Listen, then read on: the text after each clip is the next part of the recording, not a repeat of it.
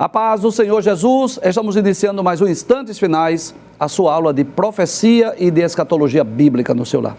Eu quero mais uma vez agradecer por sua audiência, a você que é um telespectador assíduo da Rede Brasil, a você que acompanha a nossa programação pela TV ou pela internet. Que Deus te abençoe. Que as bênçãos do Senhor Jesus continuem sendo derramadas sobre a sua vida, sobre a sua família. Seja muito bem-vindo aos Instantes Finais. E hoje é um programa especial, mais uma vez contamos com a presença do professor Saulo Soares. Professor Saulo Soares, seja bem-vindo, é um prazer recebê-lo aqui no programa mais uma vez. Obrigado, professor Givanildo, é sempre um prazer estar aqui. Deus continue nos abençoando. Lembrando que o professor Saulo Soares é teólogo, é professor do nosso seminário teológico, ele leciona diversas disciplinas, não só escatologia, mas diversas teologias, principalmente as doutrinas bíblicas e teológicas. E o professor Saulo, além de ser um amigo de longas datas, ele também é escritor, ele é autor de 3 obras, 3 livros que foram lançados pela editora Bereia. O primeiro é A Grande Tribulação, o palco do Anticristo. Esse livro que traz com detalhes sobre os eventos que ocorrerão na Terra no período da Grande Tribulação e também sobre as profecias acerca da pessoa do Anticristo. O outro livro é Jesus de Nazaré, o Messias, onde o professor Saulo, com muita maestria, muita propriedade, fala das profecias messiânicas, muitas delas que já se cumpriram no passado e outras que terão seu cumprimento no futuro.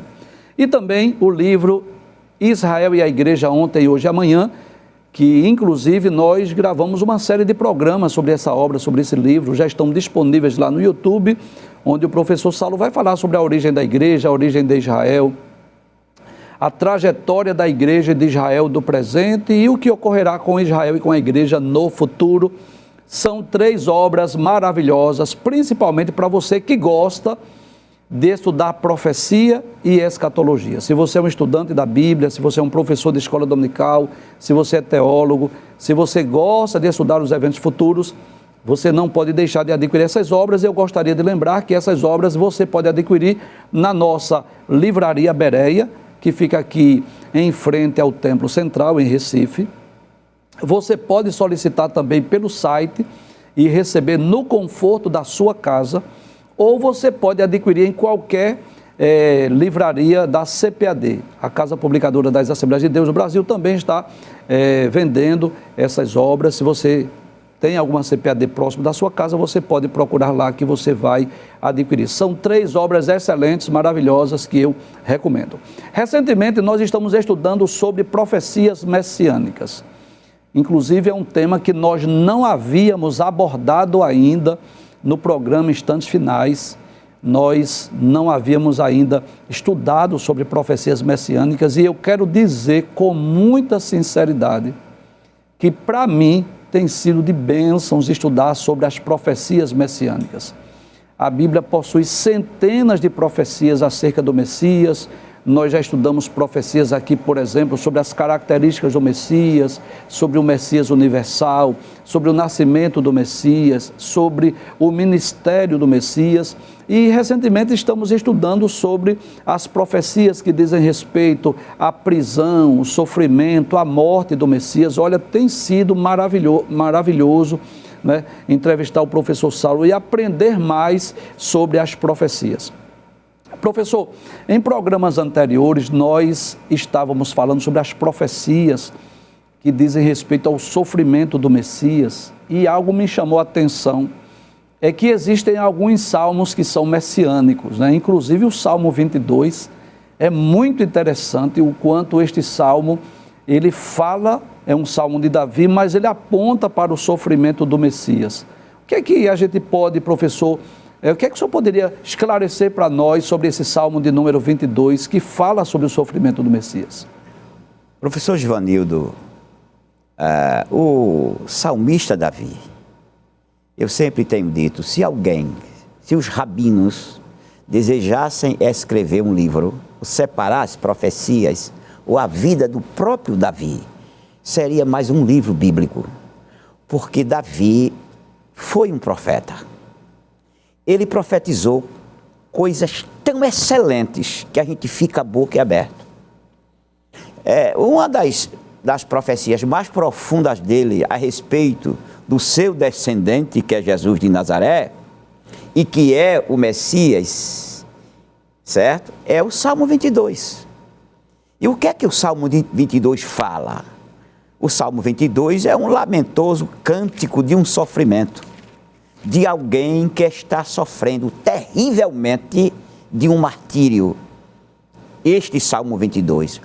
A coisa é tão séria que chamou a atenção dos rabinos do passado para este salmo. O que é que Davi quis falar com isso? E os rabinos eram estudiosos das profecias. E eles entenderam que era a respeito de um Messias.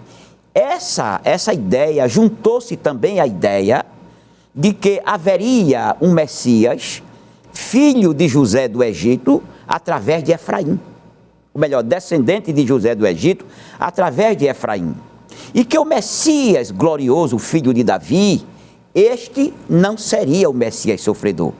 Portanto, tanto este salmo como Isaías 53, versículo 7 ou 9, se não me falar a memória, ele dizia, olha, haverá um Messias, mas não é o glorioso filho de Davi. Este é o Messias, filho de José do Egito, através de Efraim. Mas este salmo 22, que eu pediria que o senhor, pedir para o senhor ler os textos, ele se enquadra no sofrimento de Jesus de Nazaré na cruz do Calvário. As palavras praticamente são as mesmas, os sofrimentos condizem com aquilo que Davi passou. Portanto, abra aí, Salmo 22, versículos 1, 7 e 8. Diz assim, Salmo 22, versos 1, 7 e 8, na Almeida Revista e Corrigida, diz assim: Deus meu, por que me desamparaste? Por que te alongas das palavras do meu bramido e não me auxilias? Todos os que me veem zombam de mim, estendem os lábios e meneiam a cabeça, dizendo: confiou no Senhor, que eu livre-o, pois nele tem prazer. Observe isto. O senhor já leu a Bíblia várias vezes. Esse texto é muito conhecido de todas as pessoas. Davi, isso nunca aconteceu com Exato. Não poderia ser necessariamente uma experiência de Davi. Não era. Davi morreu tranquilo em cima de uma cama, certo? De velho, uns 70 anos de idade. Mas isto aí bate certinho com o sofrimento de Jesus de Nazaré na cruz. 27 de Mateus, versículo 46, 47 e 49. Mateus capítulo 27. 46, 47 e 49. –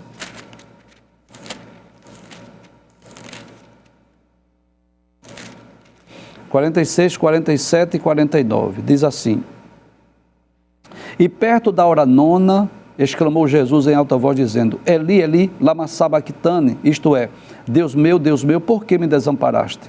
E alguns dos que ali estavam ouvindo isso diziam: Este chama por Elias. E outros, porém, diziam: Deixa, vejamos se Elias vem livrá-lo. Observe, estas palavras do Senhor Jesus são as mesmas de Davi, 1000 anos antes. 1000 anos antes de isso acontecer, Davi profetizou. Estas palavras de Jesus na cruz do Calvário mostram a sua angústia, a sua dor, o seu sofrimento de estar sendo martirizado. Portanto, martirizado em que arma? A cruz. Jesus foi morto numa cruz. E tudo indica, as profecias de Davi, o lamento do Salmo 22, que eu coloco na obra como eco do Salmo 22. Nós sabemos o que é um eco. O eco, você está num lugar descampado, dá um grito e ele reverbera por vários lugares. Então esse grito, esse lamento do Salmo 22, reverberou 1000 anos depois lá no Calvário.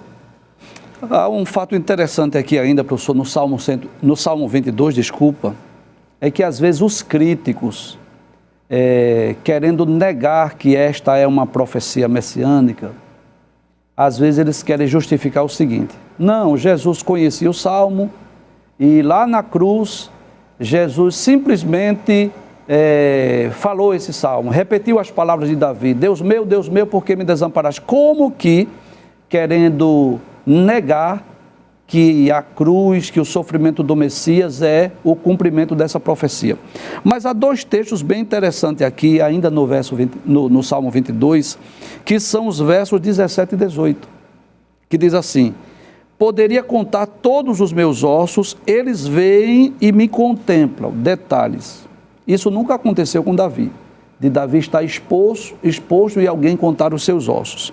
Verso 18: repartem entre si as minhas vestes e lançam o sorte sobre a minha túnica. Aí a pergunta que nós fazemos aos críticos é a seguinte: ora, se Jesus na cruz repetiu as palavras de Davi e alguém usa esse argumento para dizer que esse salmo não é messiânico, não é um salmo que fala acerca do sofrimento do Messias, como explicar esses dois versos? Que Davi nunca passou por essa experiência de as pessoas contarem os seus ossos e de repartir as suas vestes e lançar sorte sobre a sua túnica. Isso nunca aconteceu. Então, sem dúvida, isso é um salmo messiânico. E eu acho isso, professor Givanildo, isso é má fé. Como é que uma pessoa crucificada, depois de levar várias chibatadas, lanhado, coroa de espinhos, cuspido, face ensanguentada, ele dizer: pronto, agora está tudo certinho, agora eu vou se repetir as palavras do Salmo 22, porque está se cumprindo em mim. Peraí.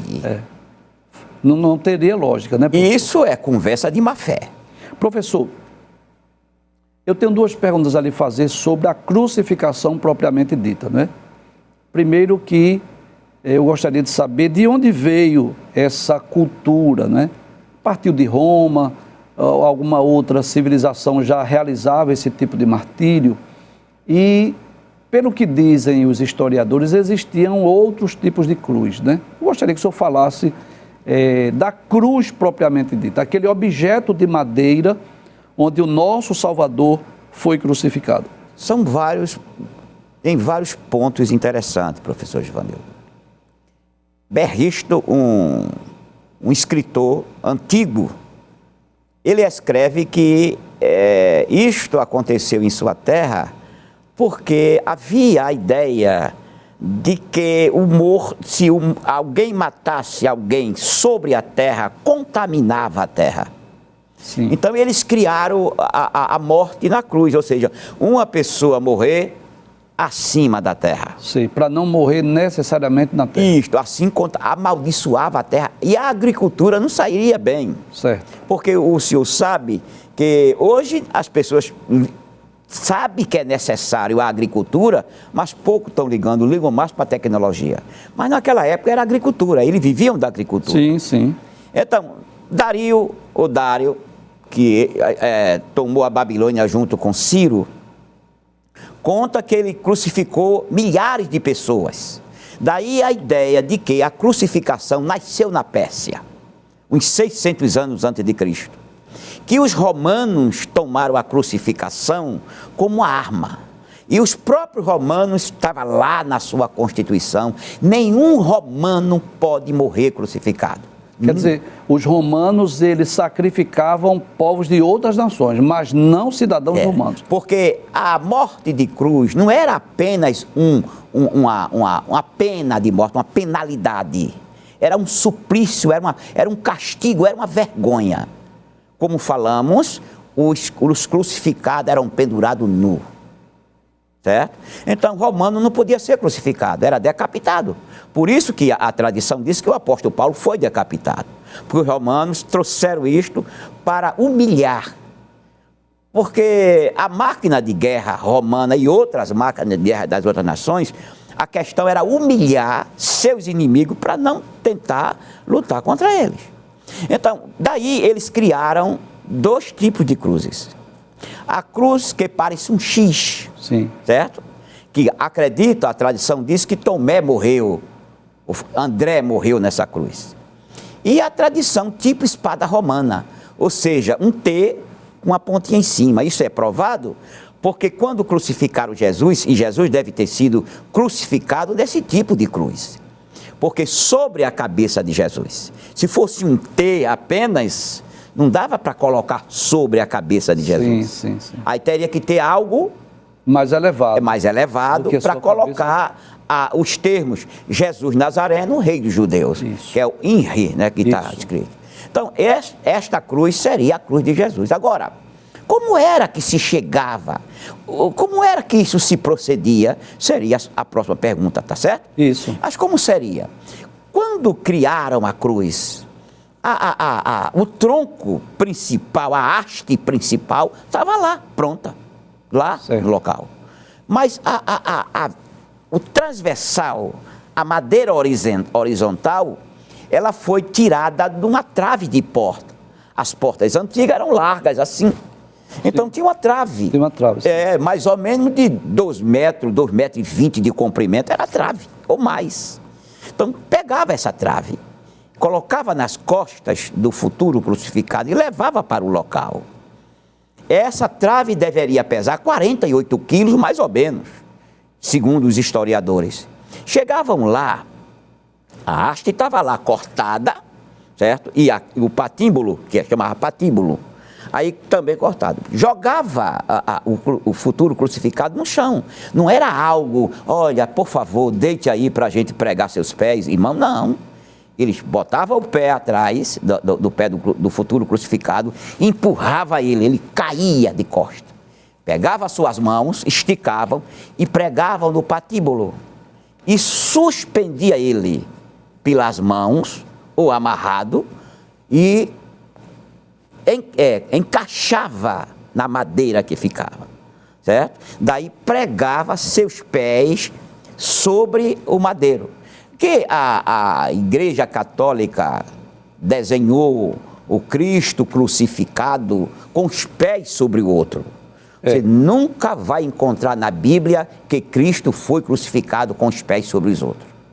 Mas a arqueologia descobriu um túmulo em Roma que tinha vários esqueletos.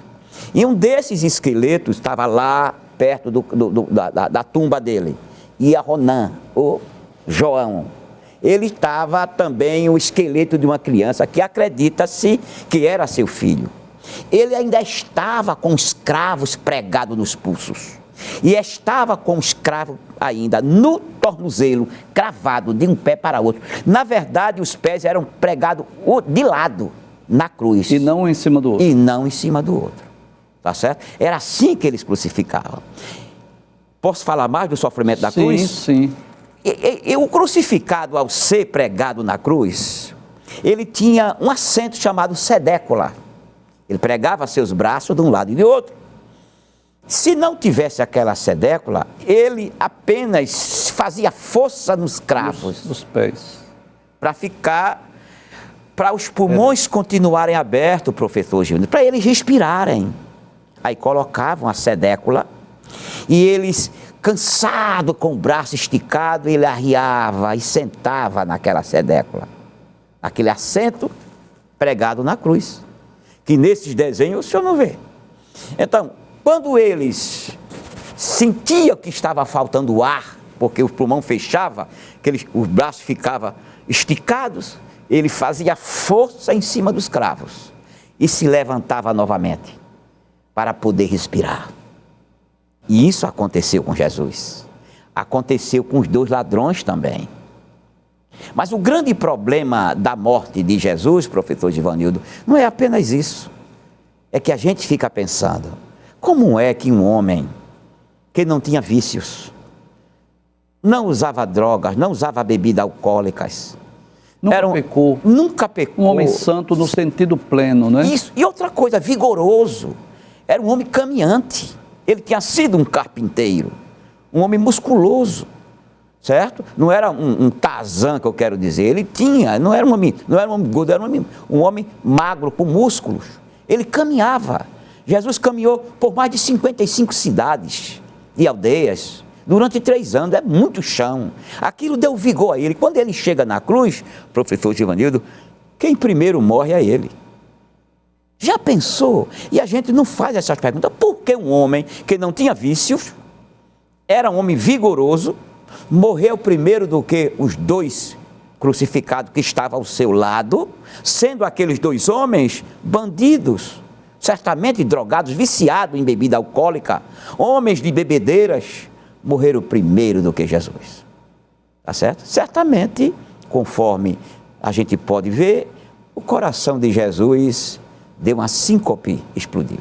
Desculpe, eu não compreendi bem. Quem morreu primeiro, Jesus ou os dois malfeitores? Jesus. Jesus morreu primeiro do que os dois malfeitores. Morreu primeiro. Depois foi que eles morreram, apesar de serem homens de uma vida desregrada. E a pergunta é essa: por que aquele homem chamado Jesus, com todo aquele vigor, com toda um corpo limpo, que não tinha vícios, morreu primeiro do que aqueles dois viciados?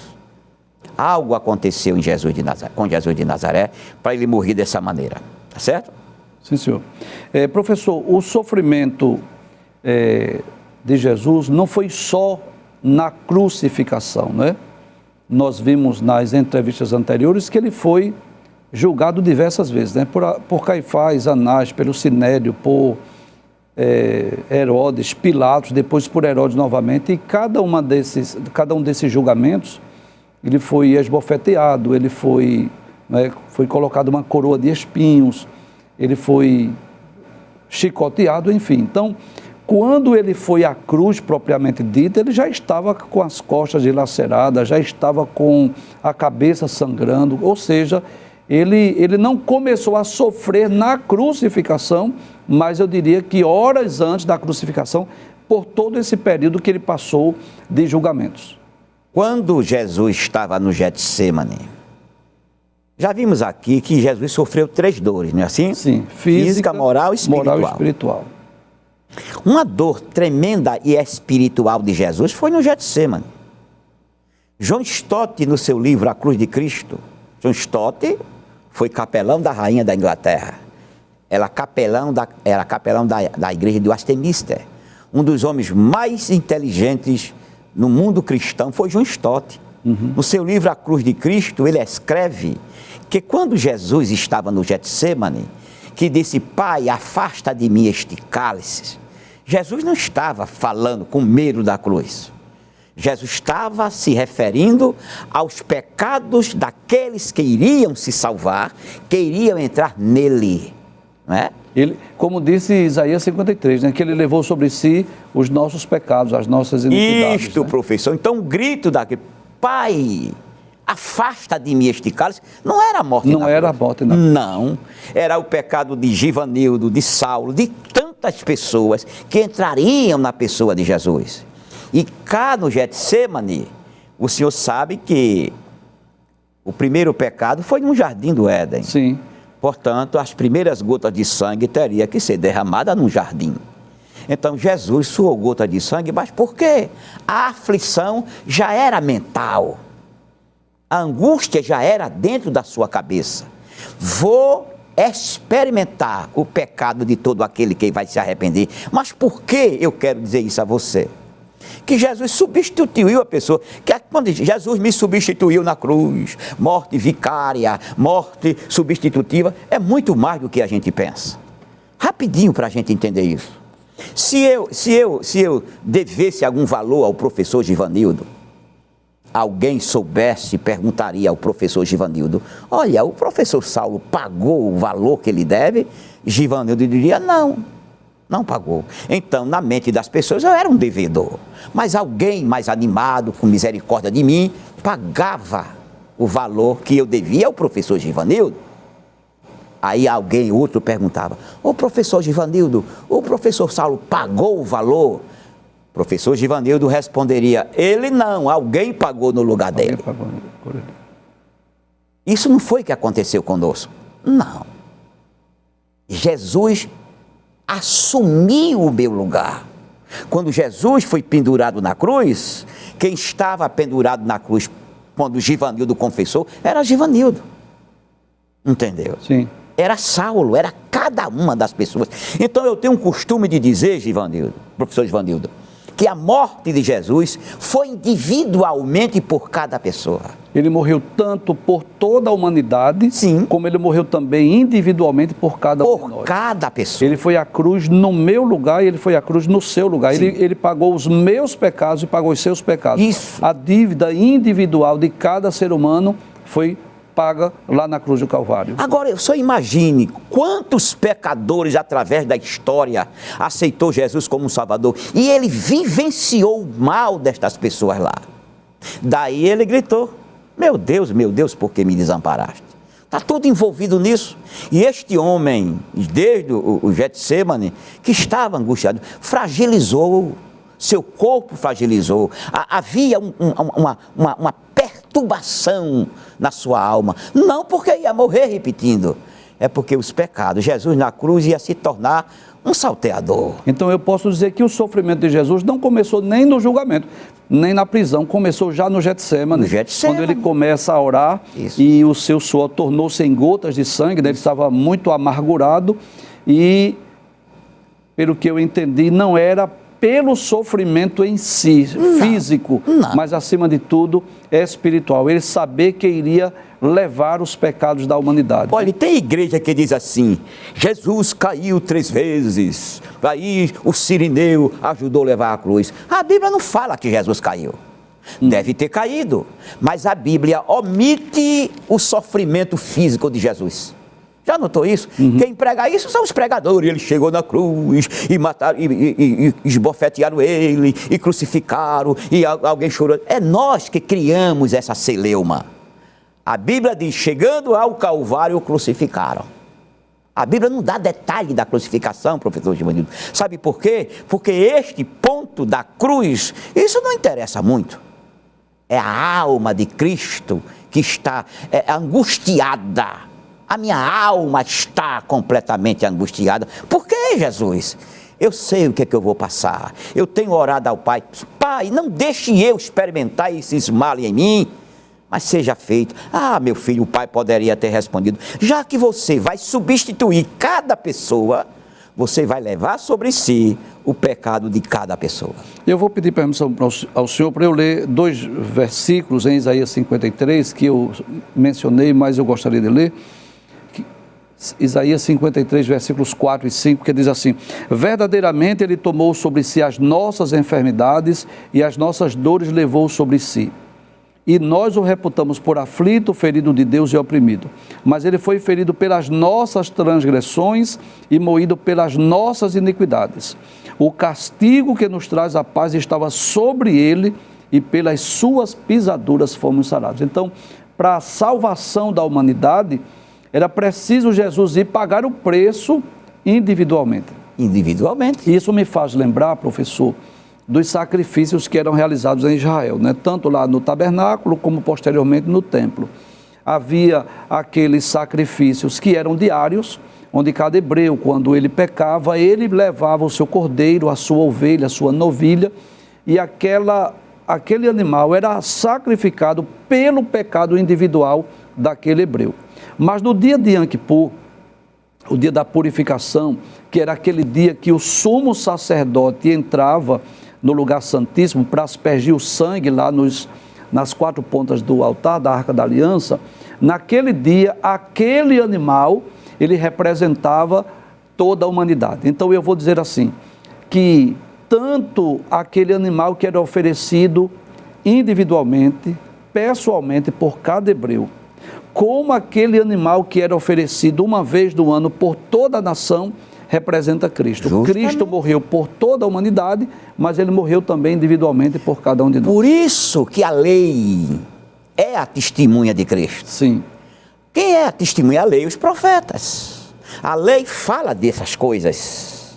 E os profetas falam da mensagem falada. Daí, eu quando li John Stott, se os amigos ouvintes, é John Stott e a cruz de Cristo. Tem tudo isso lá. Então, quando eu li isso, eu comecei a ficar boquiaberto a respeito desse assunto. Aí, tem outra coisa, professor Givanildo, que eu queria externar aqui. Queria externar. Pois não.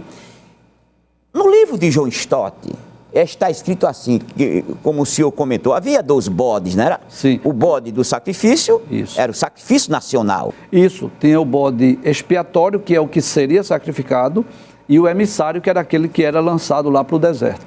Aí quando eu li John Stott, ele coloca lá no livro, eu acho lindo a humildade daquele homem. Nunca consegui entender. O bode do sacrifício eu compreendi.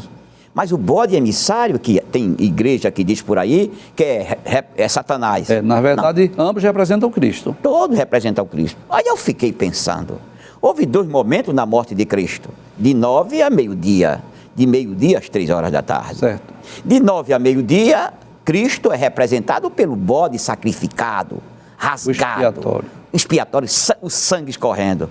Mas houve treva de meio-dia às 3 da tarde. Opa! O bode emissário, o Cristo como emissário, para levar nossos pecados para trás das costas de Deus. Está aí. Se alguém chegasse na cruz e olhar aquela escuridão, que houve trevas. Sim, houve trevas. Todos os 2 ladrões de lado direito e lado esquerdo gemendo. Mas se o senhor prestar atenção, Jesus não fala nesse período de trevas. Alguém perguntaria, este homem da cruz do meio está morto? Diria, não. Mas ele não fala nada.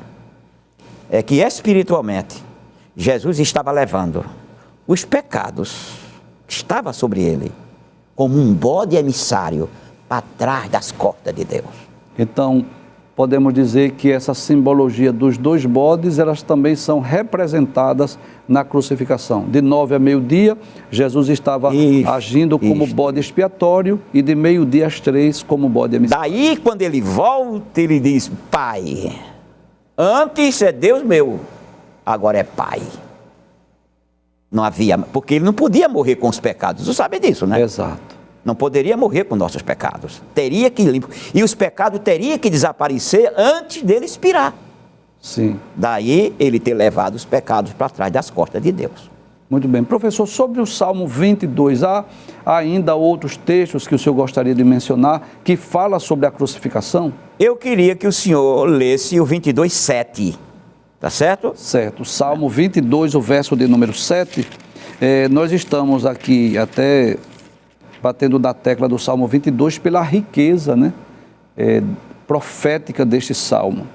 Todos os que me veem zombam de mim, estendem os lábios e meneiam a cabeça, dizendo, confio no Senhor que eu livre-o, pois nele tem Agora, prazer. Lucas 33:35, tudo que o Salmo 22 fala, é na vida de Cristo ele se realiza. Lucas, Sim. quanto?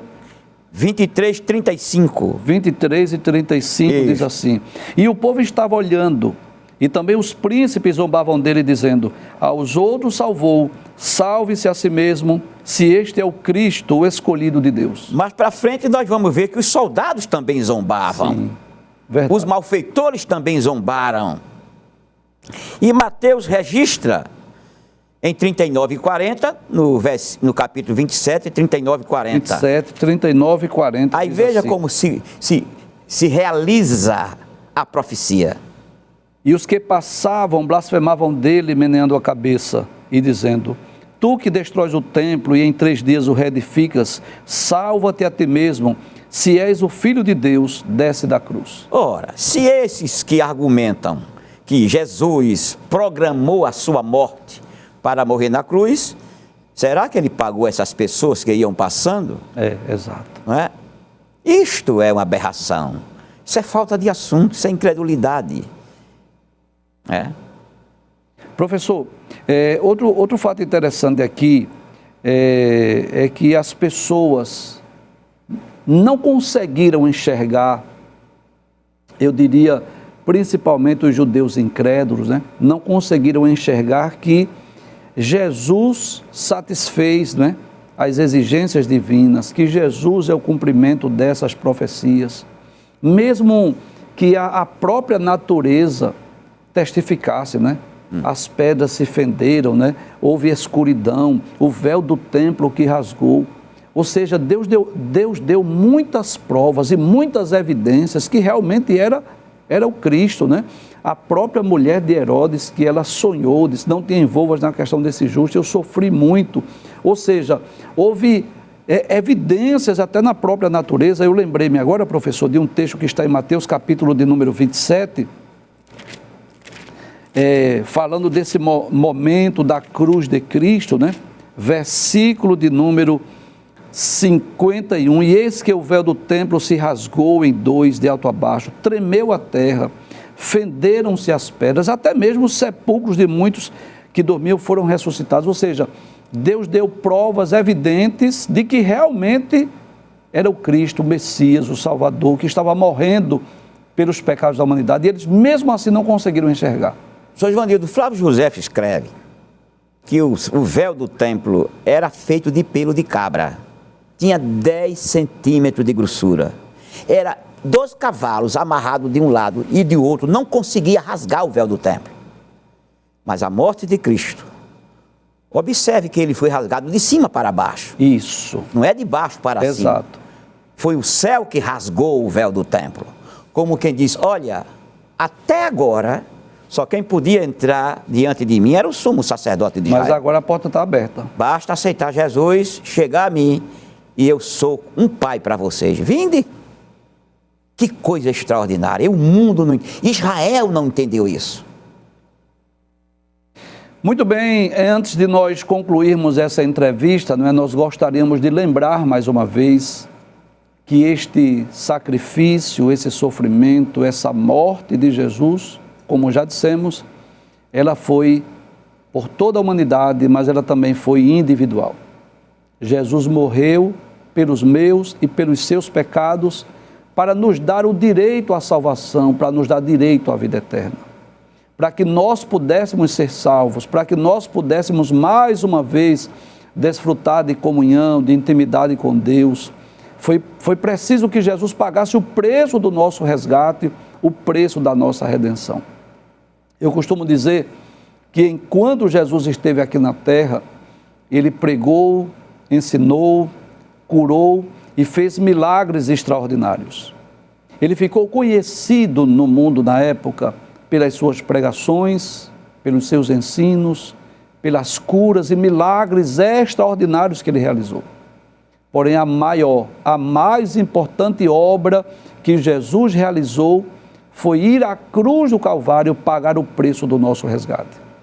E me faz lembrar que na ocasião em que ele foi preso, quando Pedro puxou a espada, feriu a orelha de Malco, servo do sumo sacerdote, Jesus restaurou a orelha de Malco e disse a Pedro, Pedro, guarda a tua espada, porque todos os que fizerem uso da espada, a espada hão de morrer. Ou não pensas tu que eu poderia rogar ao Pai e ele poderia me enviar mais de 12 legiões de anjos para me guardar?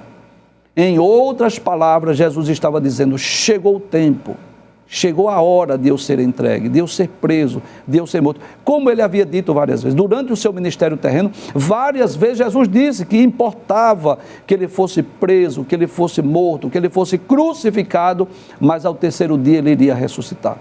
Então, Jesus foi à cruz do Calvário pagar o preço do nosso resgate e da nossa redenção. Mas tem um detalhe, para nós desfrutarmos, usufruirmos dessa salvação, tomarmos posse, depende de cada um de nós. Embora Jesus tenha morrido por toda a humanidade, não significa dizer que todos serão salvos. E quem é que será salvo? Não é um grupo de predestinados ou de eleitos, não. Mas aqueles que crerem em Cristo, que o receberem como Salvador. Aqueles que reconhecerem que são pecadores e reconhecerem que precisa de um Salvador. Então Jesus, ele é o nosso Salvador. Em Atos capítulo 4, versículo 12, o apóstolo Pedro diz assim, em nenhum outro há salvação, porque também debaixo do céu, nenhum outro nome há dado entre os homens pelo qual devamos ser salvos. O próprio Jesus disse, eu sou o caminho, a verdade e a vida, e ninguém vem ao Pai senão por mim. E hoje Deus está te dando a oportunidade de recebê-lo como seu Salvador, porque o preço da tua salvação já foi pago por Cristo, mas Deus espera que você faça a sua parte, não é? Tome uma atitude recebendo Jesus como seu Salvador pessoal. E você pode recebê-lo agora, aí mesmo onde você está, você pode receber Jesus como seu Salvador. Mas se você preferir, você pode ir hoje à noite a uma das nossas igrejas e cultuar a Deus, participar do culto e quando fizer o convite, receber Jesus como seu Salvador pessoal. Nós vamos a um breve intervalo, voltamos dentro de instantes. Até já.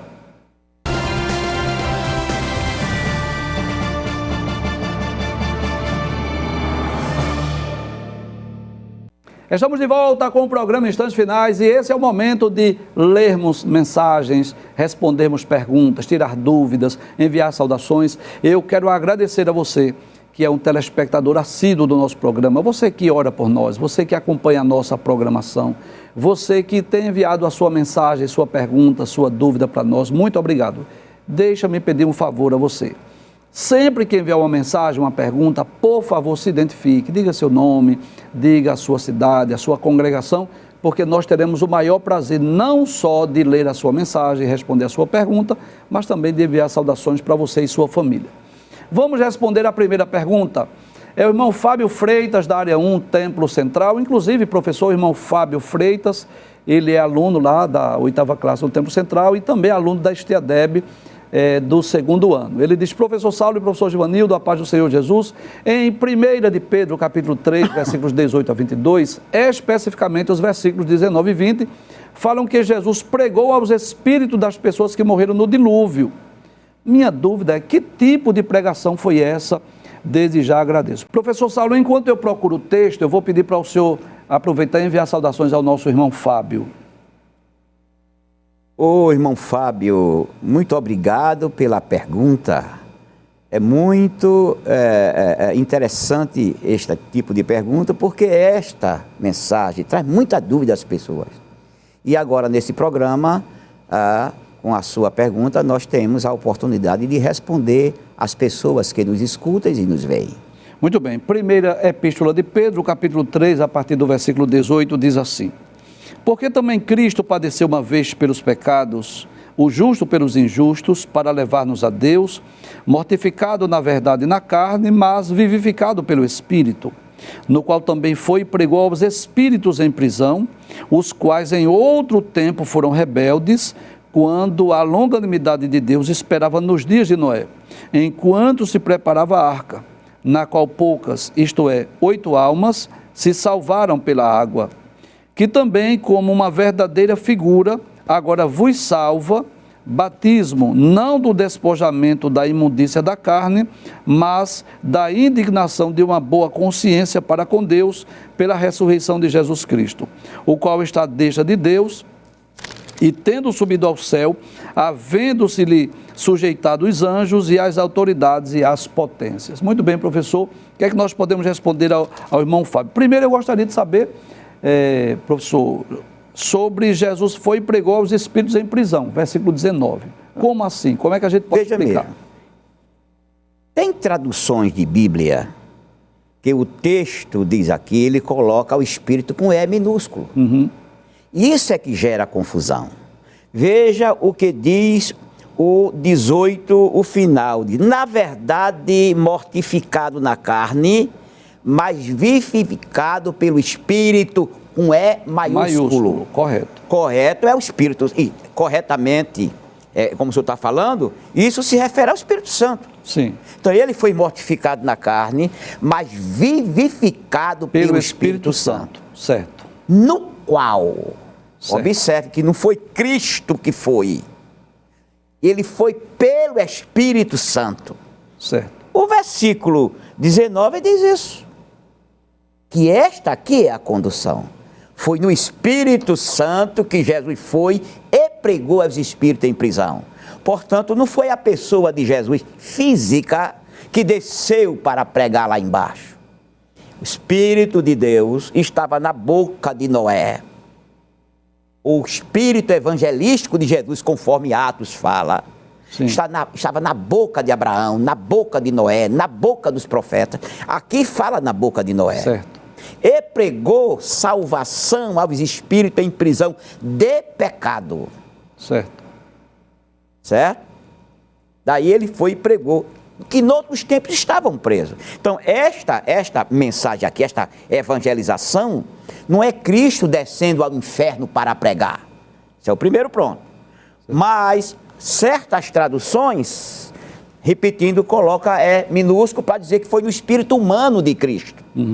Mas as Bíblias sérias fala aqui com E maiúsculo. É maiúsculo. Segundo ponto, se Jesus fosse pregar, quando ele morreu, fosse pregar o evangelho às pessoas que nunca tivessem ouvido o evangelho, se isso fosse coerente, aí Jesus ressuscita ao terceiro dia, aquelas pessoas não podiam mais ser salvas, porque morrendo um homem, uma vez segue-se o juízo, Hebreus 9, 27.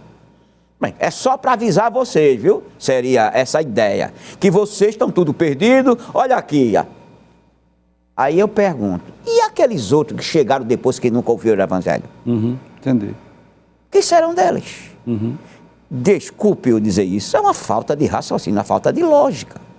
Se aqueles ouviram, como que diz assim, é como se estivesse passando no rosto deles. Está vendo o que aconteceu com vocês?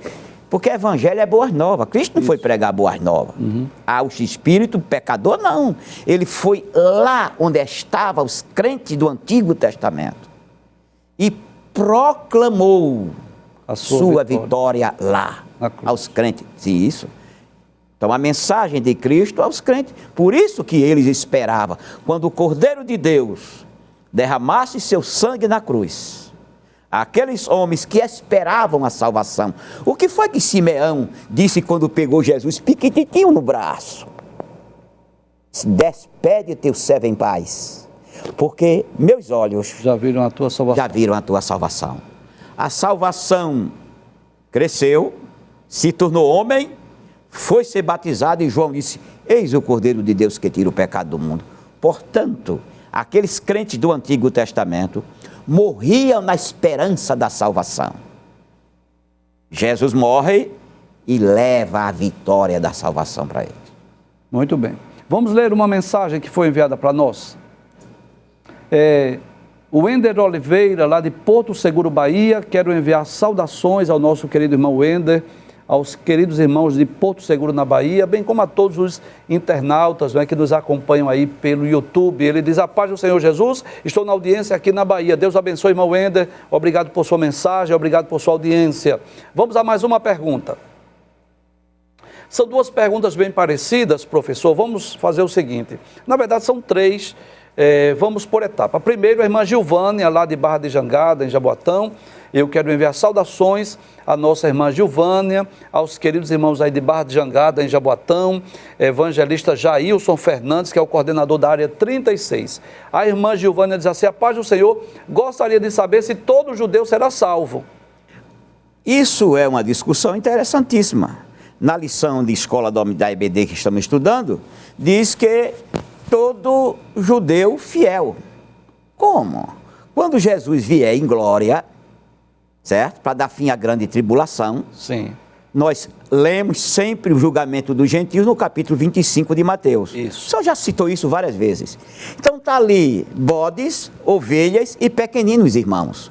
Observe que o julgamento é dos gentios. Repetindo, julgamento das nações gentias. Não é, Israel não é julgado nesse momento. Então julga, separa as ovelhas dos bodes, os bodes são mortos. Por isso é chamada a ceia do grande Deus. E os pequeninos irmãos? Ezequiel 20. O capítulo 20 de Ezequiel, a partir do versículo 33, está dizendo, o Senhor diz pela boca do profeta Ezequiel, eu virei com furor e julgarei a cada um. Ou seja, quando Jesus vier em glória, que julgar as nações gentias, agora vai chegar o julgamento de Israel. Vai chamar todos os judeus de toda parte do mundo para a Terra Santa, vai passar pelo crivo do julgamento, como o pastor conta as suas ovelhas. E diz a palavra de Deus, quem não foi achado santo ou puro, ou seja, quem não passou pelo julgamento de ser fiel, será morto, não desfrutará da terra. Então, só esse remanescente fiel, depois do julgamento de Israel, é que será salvo. Eu gostaria, professor, de ler 3 versículos aqui, corroborando com a sua resposta, não é? Para que a irmã Gilvânia e os nossos queridos telespectadores tenham uma compreensão melhor. Há uma ideia errônea que se prega que todo judeu será salvo, e é como se, digamos assim, a pessoa nasceu, se é judeu, então já está salvo, independente das suas obras. Isso não é verdade. Eu gostaria de ler 3 textos aqui. Vamos lá. O primeiro está em Romanos 1,16. São palavras do apóstolo Paulo. Ele diz assim: porque não me envergonho do evangelho de Cristo, pois é o poder de Deus para a salvação de todo aquele que crê. Ou seja, o evangelho é o poder de Deus para a salvação de todo aquele que crê. Aí ele diz, primeiro do judeu e também do grego. Então há 2 tipos de judeus. Há os judeus crentes, que receberam Jesus como seu Salvador, e aos judeus incrédulos, aqueles que ainda estão aguardando o Messias. Então, quem é que será salvo? O judeu que crê em Cristo e o recebe como seu Salvador, que nós chamamos de judeus messiânicos. Há um outro texto, em Romanos capítulo de número 10, versículo 1, Paulo diz assim: irmãos, o bom desejo do meu coração e a oração a Deus por Israel é para a sua salvação. Ora, se Paulo está desejando e orando para que os judeus sejam salvos, é porque nem todos são salvos. E Paulo explica a razão. Ele diz, porque lhes dou testemunho de que têm zelo de Deus, mas não com entendimento. Então são muito zelosos. Eles leem a Torá, eles leem as Escrituras do Antigo Testamento, eles fazem suas preces lá no Muro das Lamentações. Mas, no versículo 3, Paulo diz, não conhecendo a justiça de Deus, e procurando estabelecer a sua própria justiça, não se sujeitaram à justiça de Deus. E o que é a justiça de Deus? Cristo. Então, Cristo veio satisfazer a justiça de Deus. Os judeus incrédulos rejeitaram essa justiça de Deus e querem impor a sua própria justiça, cumprindo a lei de Deus. Agora, que texto interessante. Em Romanos 11, 26, Paulo diz, e assim todo Israel será salvo. Como, Paulo? Quando será? Ele diz, como está escrito, de Sião virá o libertador e desviará de Jacó as impiedades, que é o que o Senhor sempre fala, né? Na ocasião da vinda de Jesus em glória, quando o Espírito Santo, né, for derramado sobre os judeus. Espírito da graça. Da graça, o Espírito de súplica, aí é que eles irão se converter, e aí esse grupo que nós chamamos de remanescente, é que eles serão salvos. Só os convertidos. O que se converterem a Cristo. Mas ainda haverá o julgamento deles. Sim, dos que estão fora de Israel. Sim, sim, com certeza. A irmã Ana de Recife, ela faz uma pergunta interessante. Ela diz assim, quero enviar saudações à irmã Ana e à sua família, obrigado por sua pergunta. Ela diz, a paz do Senhor, professor, gostaria de saber se Silvio Santos foi salvo por ele ser judeu. Olha, irmã Ana, na verdade, irmã Ana, a prudência diz assim, que não compete a nós estamos julgando se a pessoa foi salva ou não. Eu costumo dizer que o céu será um lugar de surpresa. No céu nós encontraremos pessoas que nós jamais imaginamos. Pessoas que hão de se converter na hora da morte, no leito da dor. E quando menos esperar, as pessoas estão lá no céu, no paraíso, estão salvas, né? E também a recíproca é verdadeira. Tem pessoas que a gente vai para a cerimônia fúnebre e alimenta a esperança de rever, de reencontrar, e essa pessoa, por alguma razão, né, não chegará no céu. Então não compete a nós dizer assim, fulano foi salvo, Beltrano não foi salvo, isso não compete a nós, porque só Deus é quem conhece o íntimo, o coração. Então essa resposta serve não só para essa pessoa pública, né, que foi um apresentador de TV, ficou muito conhecido no Brasil.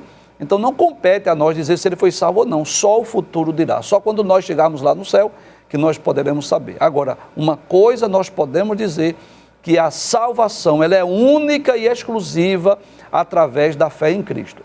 A irmã Ana continua dizendo assim, é só uma curiosidade, irmãos. Me responda essa outra pergunta também, por favor.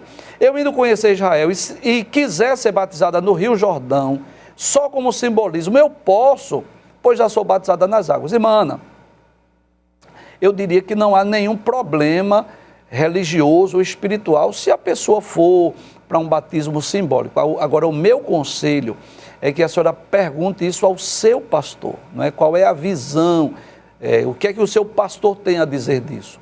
E eu vou explicar. Por quê? Alguns pastores não fazem nenhuma objeção ao batismo lá no Rio Jordão. Inclusive, tem pastores que vão com os seus membros e ele mesmo batiza os seus membros lá no Rio Jordão. Porém, para outros pastores, vê isso como algo desnecessário porque chamam de um rebatismo. Aí esses pastores dizem assim, olha, se você já foi batizado em águas, já se tornou membro também da igreja evangélica, então não precisa ser batizada lá no Rio Jordão. Então o meu conselho pessoal, particular, individual é, converse com o seu líder, converse com o seu pastor, saiba qual é a opinião dele e siga a orientação do seu pastor. Professor Saulo, a gente tem a impressão de que a hora passa muito rápido. É verdade, verdade. Não é? E eu quero mais uma vez, em nome do nosso pastor, em nome de toda a equipe da Rede Brasil de Comunicação, agradecer a sua presença aqui. E eu dizer que a sua presença aqui, ela não enriquece só o programa, eu também estou sendo enriquecido. É muito bom lhe entrevistar, é muito bom lhe ouvir.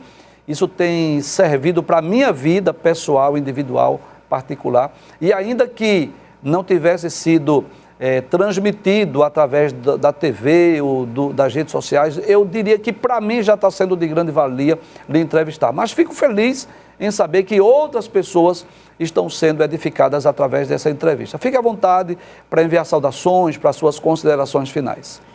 Eu queria apenas dizer a quem nos vê e nos escuta que o livro É Jesus de Nazaré, o Messias, é um livro riquíssimo. O que nós estamos falando aqui, irmãos, são coisas pequenas, são coisas poucas. E a gente não consegue nem trabalhar, né, professor Ivanildo? É verdade. Explicar ele mais profundamente.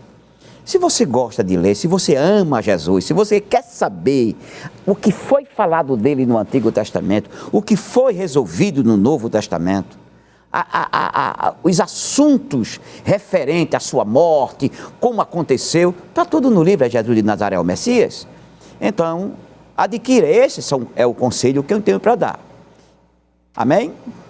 Muito bem, lembrando que este programa é exibido aos domingos às 17h30 e ele é reprisado também às quintas-feiras às 16h. Porém, se nesses horários você não puder assistir por alguma razão, não tem problema, eles estarão disponíveis no YouTube e você pode assistir qualquer dia, qualquer hora e quantas vezes quiser. Até o próximo encontro, se Deus assim nos permitir, a paz do Senhor Jesus. Não esqueça, nós estamos nos instantes finais.